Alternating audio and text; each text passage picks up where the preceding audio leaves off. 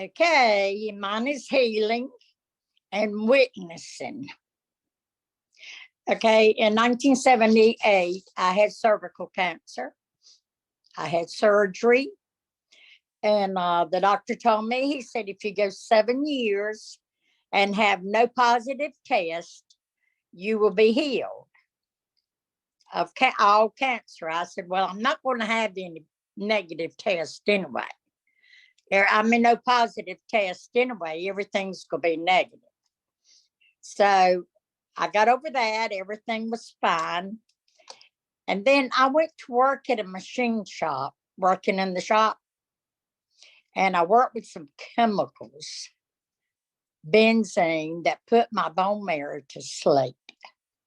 So therefore, I never made any blood. They sent me to the doctor, and my feet and legs swole. This was around 1983, I believe it is. And my feet and legs swole so bad I couldn't put on shoes. So when I go to the doctor, he says, well, there's something going on. You're not making any blood. So, of course, he sent me to Chapel Hill. And when I get up there, they put me in quarantine. They say, you have no white cells, no nothing. So you can't have any visitors. So they sort of quarantined me and had me all to myself. And then I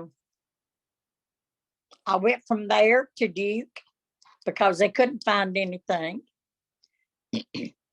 I went from there to Johns Hopkins in Baltimore. And they found out that I had the aplastic anemia, that my bone marrow was asleep, and they did a whole lot of things to try to wake it up. Well, nothing woke it up. It was still asleep. So I took 3 pints of blood every 3 days for 5 years. I looked like a pin cushion. But I got to witness to a lot of people. I got to witness to a young guy that had no family in Baltimore that was having surgery. He had nobody to be with him, so I was with him during his surgery. If I had not had the aplastic anemia, I would not have been with the young guy. He was just a young boy.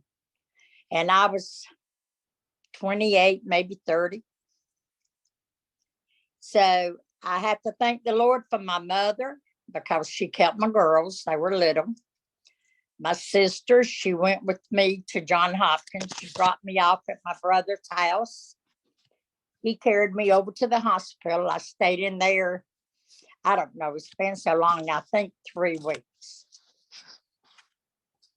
And then the doctor told my mother, he said, well, he said, we can't activate her blood. Nothing we give her makes her blood make. He said, we've done everything we did. I think they even gave me male hormones. I think because I joked with the doctor. I said, I'm not going to grow hair on my chest, am I? Just messing with the doctor. He said, no, it just activates your blood cells. So that didn't work. And my mother, I came back home and the doctor told my mama, he said, well, we're just going to have to give up because nothing we can do is working with.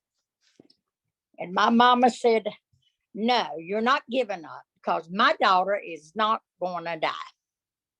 So my mother held the faith. And I thought I was strong, but evidently I wasn't as strong and faithful as I should have been because it took me 5 or 6 years to get over it. But then when I did get over it, I had a relapse and I had too much blood and had to give it back. Then I had to go every other week and give a pint. And then that lasted for a while. And, I got to where I would have a reaction when I took blood or even gave any. I would just have terrible reactions. So I told my mama that day, it was Christmas Eve, I believe it was. Told mama, I said, Mama, I'm going home. I'm not going back to the doctor anymore. I said, Mama, I'm either going to be healed or the Lord's will take me home. And I never went back to the doctor, never had anything. And I was tired for probably 3 or 4 months. But you know what? After that, it got better. It just eventually, I started getting better and better and better. And I thank the Lord. I witnessed to people. I did different things.